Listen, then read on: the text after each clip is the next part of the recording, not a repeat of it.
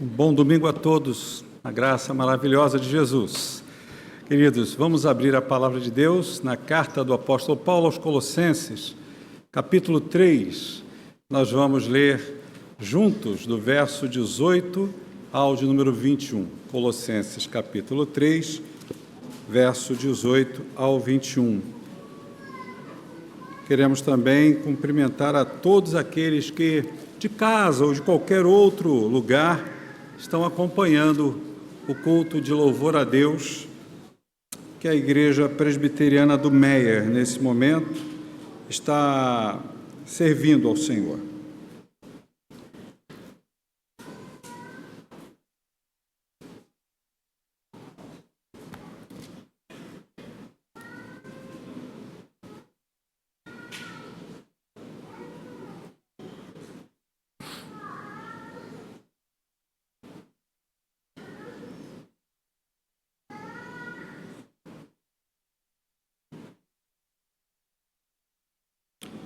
Vamos ler juntos, então, capítulo 3, verso 18 ao 21. Leiamos, queridos. Esposas, sede submissas ao próprio marido, como convém no Senhor.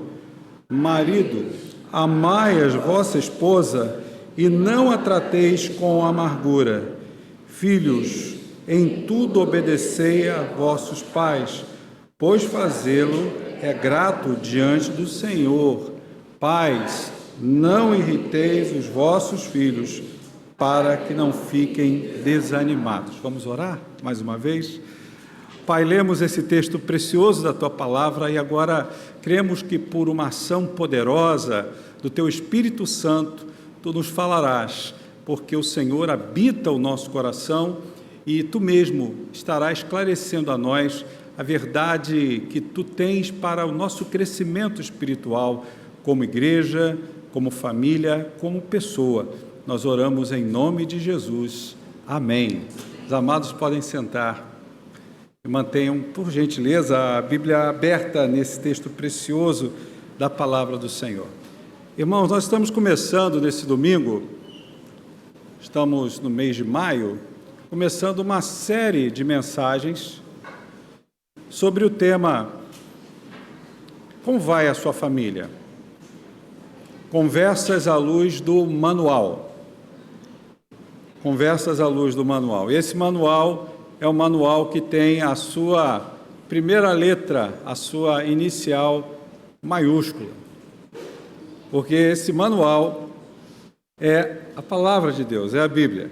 Interessante, você já deve ter percebido que quando você adquire um bem, um produto, quando você tem o privilégio de adquirir um carro zero, eu não tive ainda esse privilégio, você tem um carrinho 0 quilômetro, mas mesmo que o carro não seja zero, o proprietário, o ex-proprietário deixou com você lá o manual, você tem lá, antigamente assim, manual do fabricante, aí agora eles colocam assim, manual do proprietário.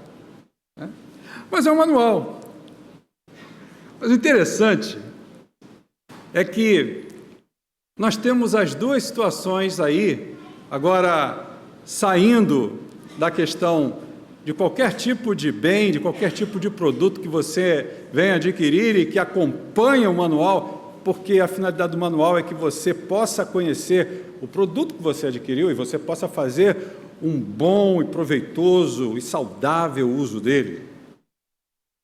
A questão toda é quando se fala do manual do fabricante ou do proprietário, agora levando para um outro ordenamento, é o da relação de Deus com a gente. Ele é as duas coisas. Ele é o criador, portanto, o fabricante. E ele é o proprietário. Porque, à luz do manual que é a Bíblia, eu e você não somos donos do nosso próprio nariz, como muita gente garbosamente, orgulhosamente, jactanciosamente afirma, eu sou dono do meu próprio nariz.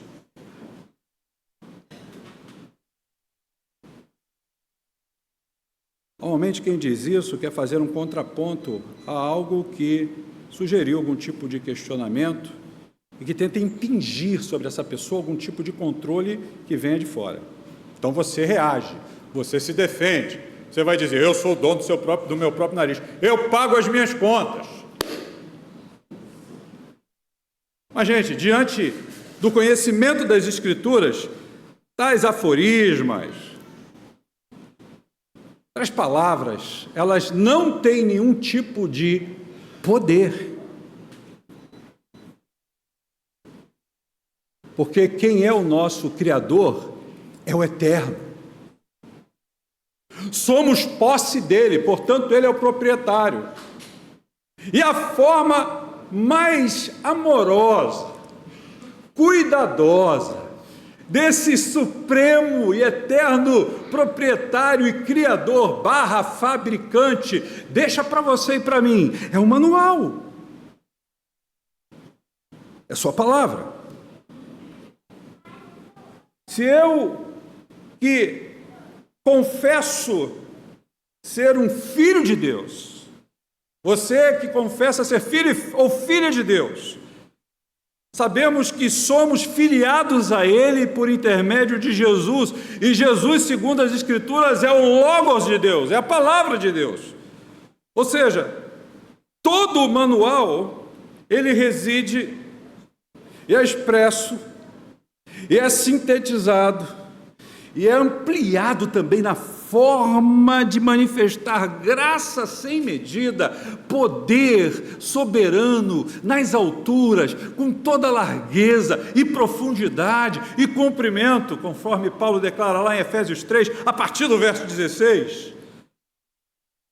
Isso é para que você e eu possamos entender que quem rege a nossa vida é o Senhor. A grande questão é, se você agora parar para analisar a si mesmo, um autoexame, Deus tem sido de fato aquele que está no controle da sua vida, no sentido de você glorificá-lo, dizendo: Senhor, sejam as minhas palavras, minhas atitudes, seja o meu comportamento. Nós estamos estudando sobre comportamento, começamos hoje na Escola Bíblica Dominical. Tudo isso está alinhado com a tua vontade, tudo isso está alinhado com o teu propósito? Irmãos, nós estamos reunidos aqui nessa manhã para compreendermos, à luz do manual das Escrituras, que Deus tem uma missão para a nossa família. Deus tem dado essa missão, isso está claro aqui para a gente, nesse capítulo 3, versos 18 ao 21, porque nesse trecho, o apóstolo Paulo, ele está de uma forma sequencial, à luz do que foi dito antes e que nós não lemos, antes desse versículo 18, ele está dando instruções para que um lar seja bem sucedido. Veja bem, a Bíblia nunca exigiu, por instruções desse manual, de que o seu lar fosse perfeito. Porque é impossível um lar, uma família ser perfeita.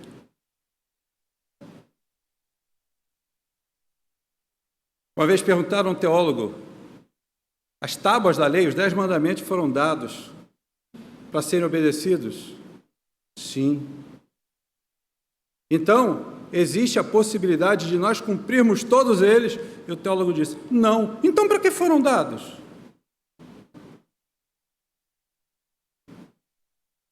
Para que nós pudéssemos entender na nossa pele, na dor do nosso coração, da inalcançável vontade de chegar lá, como aquele jovem que disse: Senhor, o que falta para que eu possa segui-lo? Eu tenho guardado isso, eu tenho feito isso, olha, eu sou muito bom, Senhor. Uma coisa te falta. Só quem pode cumprir a lei, e o fim da lei é Ele, é Jesus.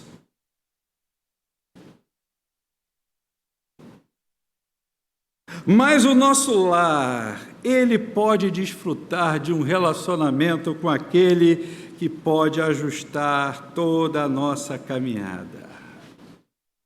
E por isso a gente vai entender no sermão dessa manhã que quando a gente fala sobre a família envolvida com uma missão de Deus para que ela possa cumprir aquilo que Deus entregou para ela e que o mundo está tentando distorcer, o mundo está tentando macular, o mundo está tentando dizer que não vale a pena, tentando descaracterizar, desmerecer, desvalorizar a família. Nós precisamos entender que existem 3 aspectos aqui nesse texto que são fundamentais para nós entendermos essa missão que o Senhor confere aos nossos lares, à nossa casa. Por isso eu quero compartilhar essa manhã sobre o tema atendendo a missão de Deus para a minha família. Atendendo a missão de Deus para a minha família. Irmãos, olha o que diz aqui comigo o versículo 18. Versículo 18, Paulo, ele traz uma instrução às esposas daquela igreja, da igreja de Colossos. Ele diz assim, esposas, acompanhe comigo aí o verso número 18, ele diz assim, esposas, sede submissas ao próprio marido, como convém no Senhor. Por que Paulo está dizendo isso àquela comunidade? Ainda vou melhorar a pergunta, se não complicá-la. Será que a pergunta que Paulo faz àquela comunidade do primeiro século da história da Igreja de Cristo, ela é pertinente, ela é cultural, ela é relevante, ela é atual para os dias de hoje? Esposas, diz ele, sede submissas ao próprio marido. A gente precisa entender que Paulo está instruindo sob a direção, a égide do poder de Deus para a vida daquela gente.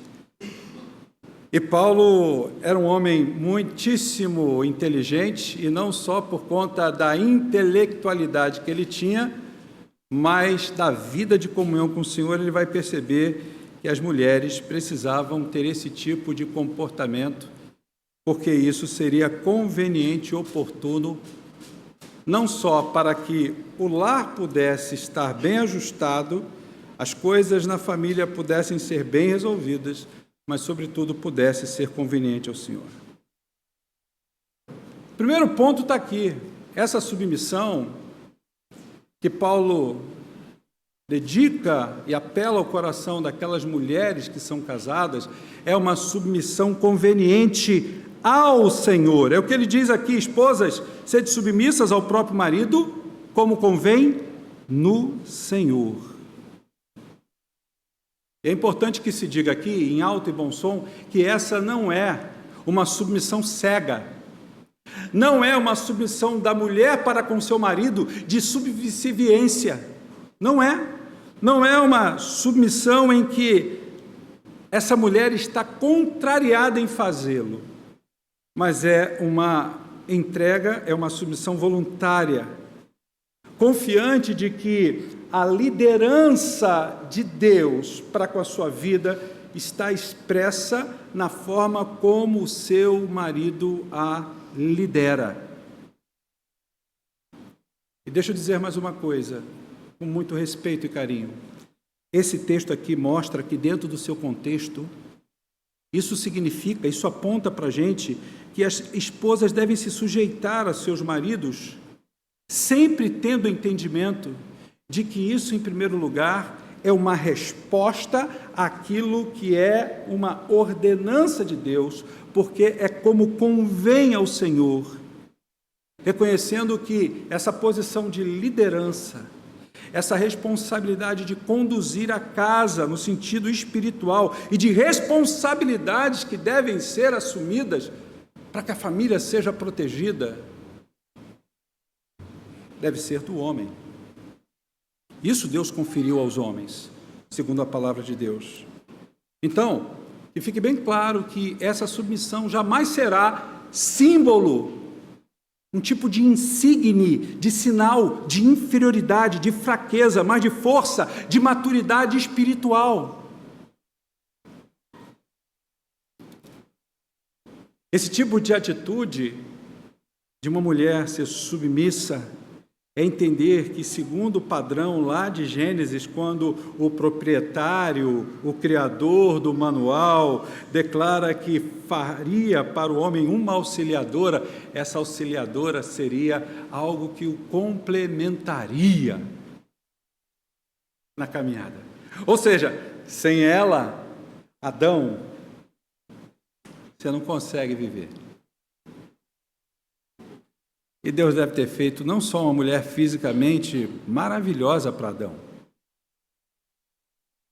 mas fez uma mulher com uma capacidade, uma inteligência de ser-lhe fiel no cumprimento e na caminhada, de ajudá-lo em tudo.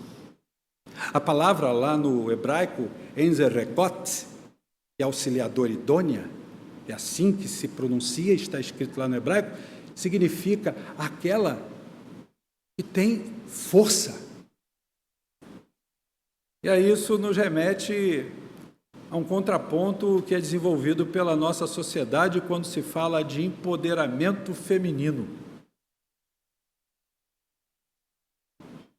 Eu não gosto de homens empoderados e nem de mulheres empoderadas. A Bíblia não trata sobre isso, o manual não trata sobre isso. Essa expressão começou a rolar com o movimento feminista e contraria as Escrituras.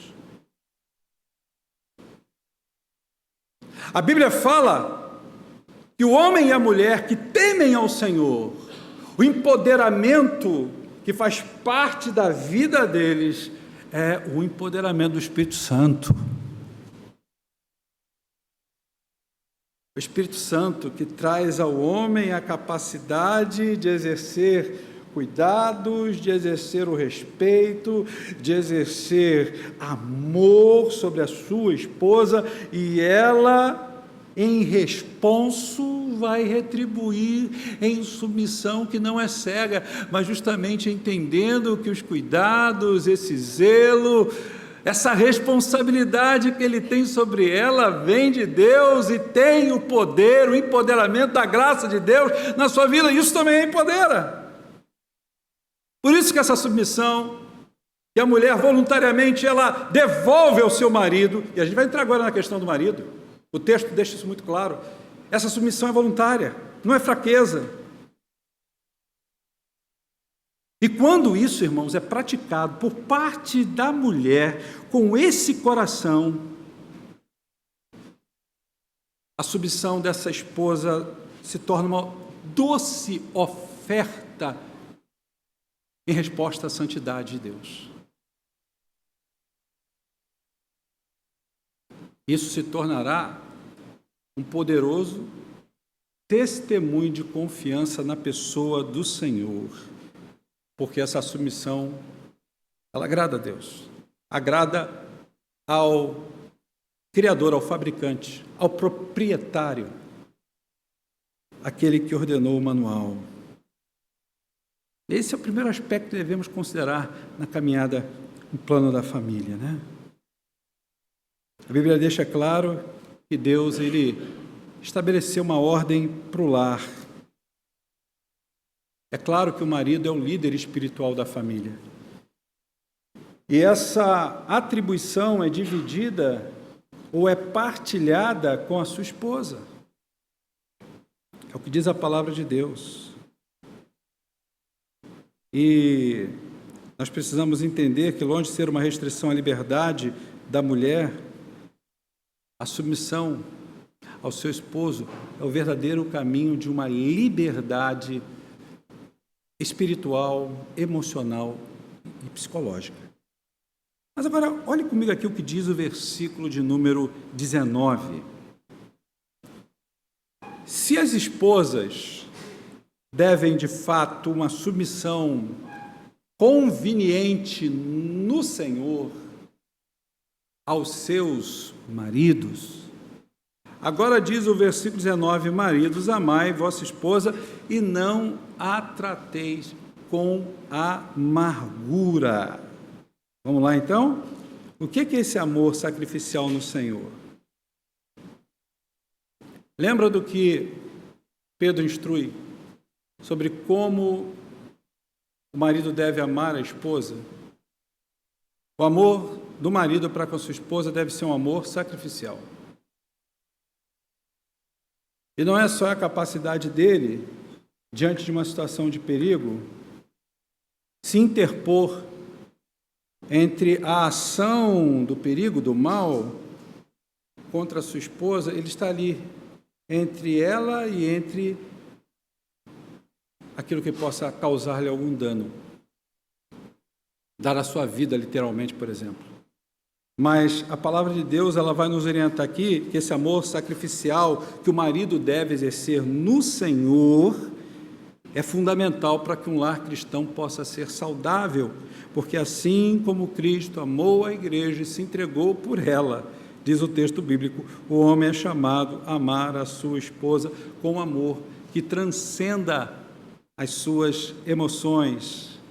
E sabe como é que isso se torna sacrificial? Quando isso tem a sua concretude através de atos.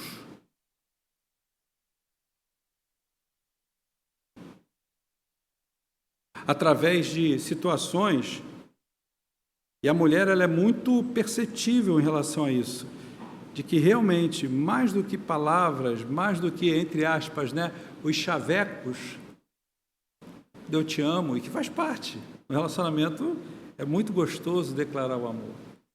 Mas muito mais do que ficar nas palavras, que as palavras elas podem se tornar apenas algo superficial, uma tábula rasa. O marido precisa aprofundar isso e a mulher vai ter percepção disso à medida que esse amor é abnegado. Esse marido abandona as suas próprias ambições, abandona as suas prioridades em prol do bem-estar e realização da sua companheira.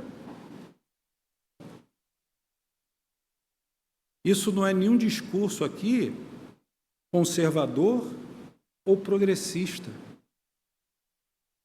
Isso é um discurso bíblico, é do manual. A Bíblia diz que esse marido aqui, da carta aos Colossenses, e Paulo está instruindo essa igreja, tem que ser um marido sempre disposto a se sacrificar e servir e colocar à disposição da sua esposa a sua própria vida. Ele deve ser generoso, ele deve refletir a sua generosidade na caminhada com ela. Portanto, se ele assim faz, ele está exercendo uma liderança com humildade. Não é também com inferioridade. Porque a mulher que percebe isso e é uma mulher segundo o coração de Deus, não vai fazer do seu marido, ou não vai olhar para ele como um banana.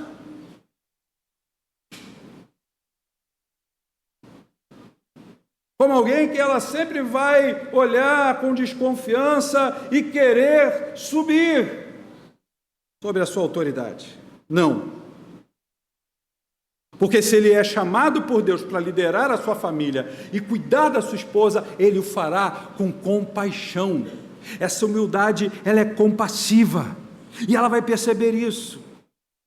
Porque ele vai estar atento a ouvir as suas opiniões. Ele vai dialogar com ela. Ele vai abrir mão do futebol.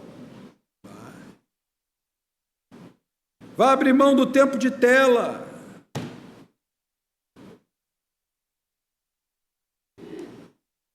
Vai abrir mão de outros quereres para ouvi-la com humildade.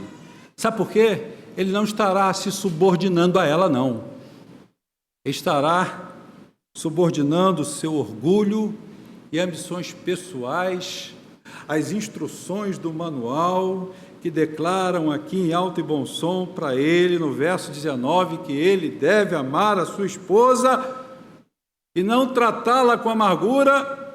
E na complementação do apóstolo Pedro, quando diz que assim como Cristo amou a sua igreja, ele deve amá-la. De que forma Cristo amou a igreja? De forma sacrificial.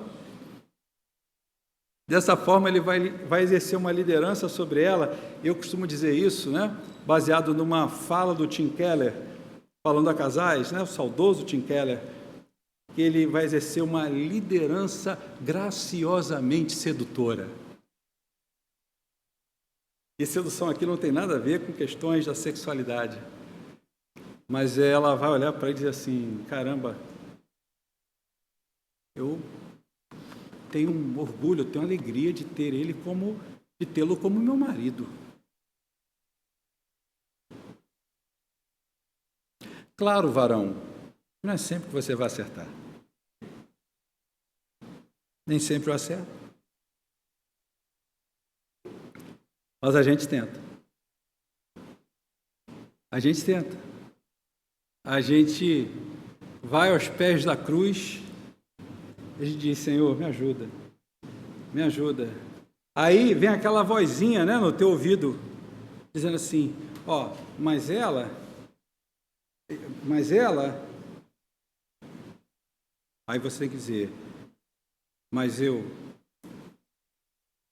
preciso honrar e glorificar o Criador, o fabricante, aquele que me deu o manual, aquele que me dá orientação segura. Porque quando nós de fato exercemos o nosso papel, viu, varões, de maridos que lideram debaixo da graça do Cordeiro, esse amor que é sacrificial, que nos faz sair fora da zona de conforto, que nós costumamos cultivar, ele vai fortalecer os laços de amor entre você e a sua mulher, e vai fazer com que floresçam dons e talentos dentro do relacionamento de vocês. Você vai entender que a sua esposa, ela é indispensável no cumprimento da missão que Deus concedeu a vocês como família. E ambos vão crescer juntos. E ambos vão crescer na direção de Deus e vão cumprir os propósitos de Deus para a sua casa. E sabe quem é que está vendo tudo isso? Sabe quem é que fica de butuca? Como dizia minha avó, essas coisas todas? Diz o versículo de número 20 e 21 o seguinte... Instrução agora para os filhos. Filhos, em tudo obedecei a vossos pais, pois fazê-lo é grato diante do Senhor. Pais, não irritei os vossos filhos, para que não fiquem desanimados. Irmãos, além da submissão da esposa ao seu marido, de forma voluntária, de forma a entender que ele exerce uma liderança espiritual sobre a vida do lar, sobre a sua vida, e que ela é sua parceira na construção do reino de Deus, de que esse marido, juntamente com ela, a protege, cuida, ampara, se sacrifica para vê-la não só feliz do ponto de vista emocional, mas de vê-la crescer espiritualmente, porque ele ora por ela, porque ele usa as escrituras para a sua edificação. Obediência e ânimo é outra palavra-chave diante do Senhor. Porque esses versículos de número 20 e 21 fala sobre obediência, porque diz, filhos, não é o que diz aí na sua Bíblia? Em tudo obedecei aos vossos pais. E depois vai dizer no verso 21, pais, não irriteis os vossos filhos, para que eles não fiquem o quê? Desanimados. Obediência e ânimo, palavras-chave nesse texto, porque a obediência dos filhos aos pais será sempre um reflexo da sua obediência, enquanto pai, enquanto mãe, a Deus. Porque quando ele estabelece na sua vida, enquanto papai, enquanto mamãe, autoridade dentro do lar, é para que o seu filho, ele perceba que o que você vive com o seu marido, e o seu marido vive com você, minha irmã, haja coerência. E quem diz isso? Não é o pastor. É a palavra de Deus. E há dados científicos. Existem algumas universidades, tanto nos Estados Unidos, o brasileiro não está muito preocupado com isso, não. A gente está muito preocupado em trabalhar essas questões de família, não é verdade. Mas você vê a Universidade de Harvard, você vê Cambridge, você vê Princeton, Yale. Eu estive lendo a respeito disso, pesquisas, dados estatísticos, insofismáveis, de que muitos filhos se desviam, muitos filhos não estão nos trilhos do caminho daquilo que preceitua o manual, porque viram total incongruência na relação de seus pais. Isso é um reflexo. Os pais precisam fazer do seu lar, diante dos seus filhos, um lugar de adoração. Esse negócio de estar aqui na igreja é bom demais, mas isso não resolve o problema. O estar aqui é uma consequência do desejo que eu cultivo diariamente numa relação onde eu e a esposa, ou a esposa e o marido, pontuam durante a semana e cultivam durante a semana o desejo de adorar a Deus. E os filhos vão vendo isso. Onde isso é motivado dentro de casa. O ano era 1999. Eu estava no gabinete pastoral para atender uma pessoa muito querida, uma irmã muito querida, lá em Xerém. Essa pessoa entrou aos prantos, dizendo: pastor, eu precisava muito conversar com você, porque eu não aguento mais fulano. Fulano é o filho dela. Não digo o nome da pessoa e nem o filho para preservar. A igreja foi a Igreja Presbiteriana Filadélfia, em Xerém. Essa pessoa disse assim: pastor, o que é que eu faço? Eu criei fulano na igreja. E agora ele está envolvido com drogas. E agora está envolvido com mais amizades. E eu sabia muito bem onde ela morava. Eu a visitava depois de um rio, de uma ponte, um rio.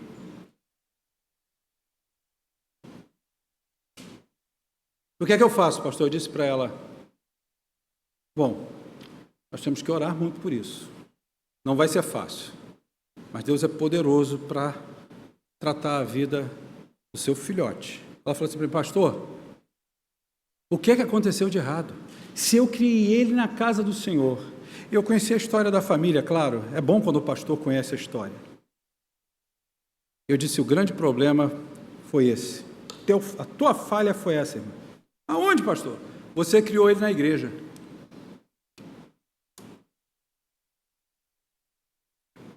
Você criou ele na igreja. Aí que foi sua falha.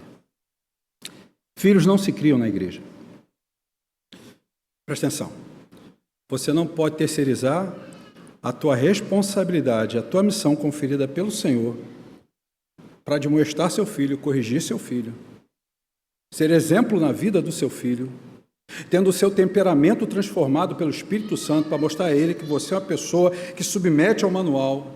Você não é perfeita como eu não sou perfeito, mas você se submete. Você diz: Senhor, eu não quero fazer uso dessa minha natureza. Eu quero que meu filho veja, a minha filha veja, que eu sou um homem, que eu sou uma mulher transformada pelo poder de Deus, que eu e o pai dele, ou eu e a mãe dele ou dela, nós temos um relacionamento mesmo frágil, mesmo limitado, porque somos homens falhos, pecadores. Nós temos nos humilhado diante do Senhor e temos dito com toda a cara e coragem: Senhor, repreende esse pecado na nossa vida, transforma o nosso coração, tira de nós qualquer vaidade, qualquer sentimento que não te agrade, coloca um guarda na minha língua, transforma-me para que meu filho e minha filha vejam que nós choramos por ele, choramos por ela, nos humilhamos diante do Eterno, buscando que o Senhor santifique a vida dele, a vida dela. Eu disse: seu erro foi esse, irmã, com todo amor eu disse isso a ela. Você não pode criar filhos na igreja. Filhos se criam a partir de um relacionamento saudável no núcleo familiar, dentro da própria casa. Se o Senhor não edificar a casa, em vão você trabalhará. A igreja é uma consequência disso. Em nome de Jesus, entenda que diante do Senhor, os filhos são chamados a obedecer aos pais com entusiasmo e dedicação, porque esses pais servem ao Senhor com entusiasmo, compromisso, dedicação fervorosa. E essa obediência que os filhos vão ser seduzidos no bom sentido, vão ser convidados a viver, vão ser de alguma forma levados a praticar. Essa obediência é o caminho para a bênção de Deus na vida deles. Mas os pais não devem irritar seus filhos. E uma forma de não irritá-los é estimulá-los, é encorajá-los a ver que eles, não só enquanto papai e mamãe na relação conjugal se amam e procuram temer a Deus e colocar em prática tudo aquilo que Deus deu para que eles vivam bem, eles estimulem esses filhos a estarem mais presentes diante do Senhor. É cuidar para que eles não fiquem tanto tempo nas telas, eles não fiquem tanto tempo fazendo coisas que a gente sabe que esses estímulos vão começar a mexer com a vida dos nossos filhotes. Mas a gente ter um tempo de qualidade para levá-los aos pés da cruz, orarmos juntos, meditarmos um texto da palavra. Irmãos, essa dinâmica familiar, quando pais e filhos se relacionam de uma forma em que o reino de Deus é priorizado entre eles, quando não é simplesmente uma série, eu gosto de ver séries, eu gosto de ver bons filmes. Quando tive a oportunidade de ver um filme muito legal, mas tenso, com a minha esposa e a Mari, lá em casa, isso tudo é muito legal, muito bom, irmãos. Nós não somos ETs, não somos extraterrenos, não somos seres de outro mundo. Deixa eu dizer agora para você. Você acha que a minha família é melhor que a sua? Não é mesmo. Mas não é mesmo. O mesmo Cristo que está sobre a minha casa é o mesmo Cristo que está sobre a sua casa.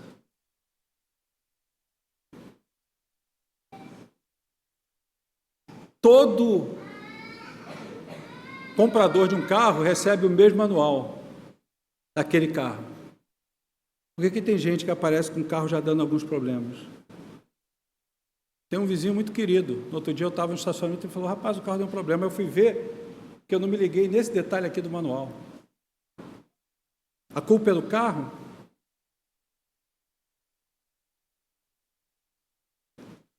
Eu quero terminar essa mensagem dessa manhã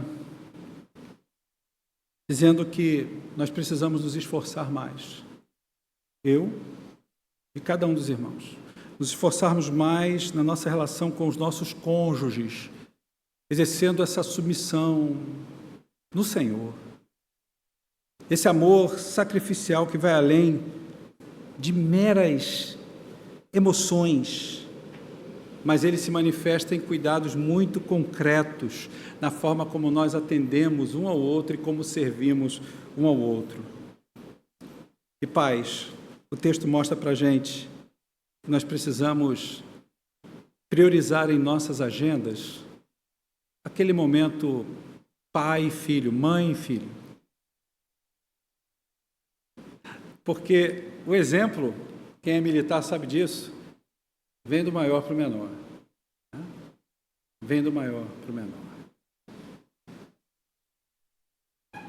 Você está disposto a isso nessa manhã? Você está disposto a atender aqui o que diz a palavra de Deus? Se nós aplicarmos esses princípios aqui que diz as Escrituras, nós vamos transformar a nossa família em um reflexo vivo do reino de Deus na terra. Um pedacinho do céu na terra. Mesmo em meio às lutas, mesmo em meio às provações, mesmo em meio à possibilidade de enfermidades, mesmo em meio às crises que possam abater contra o seu lar, mas, como nós cantamos aqui, eu e minha casa serviremos a Deus, e quando a gente serve o Senhor, é Ele quem edifica, é Ele quem constrói, é Ele quem anima, é Ele que nos faz ser obedientes, é Ele que nos faz ser submissos, é Ele que nos motiva a sermos sacrificiais na caminhada um com o outro.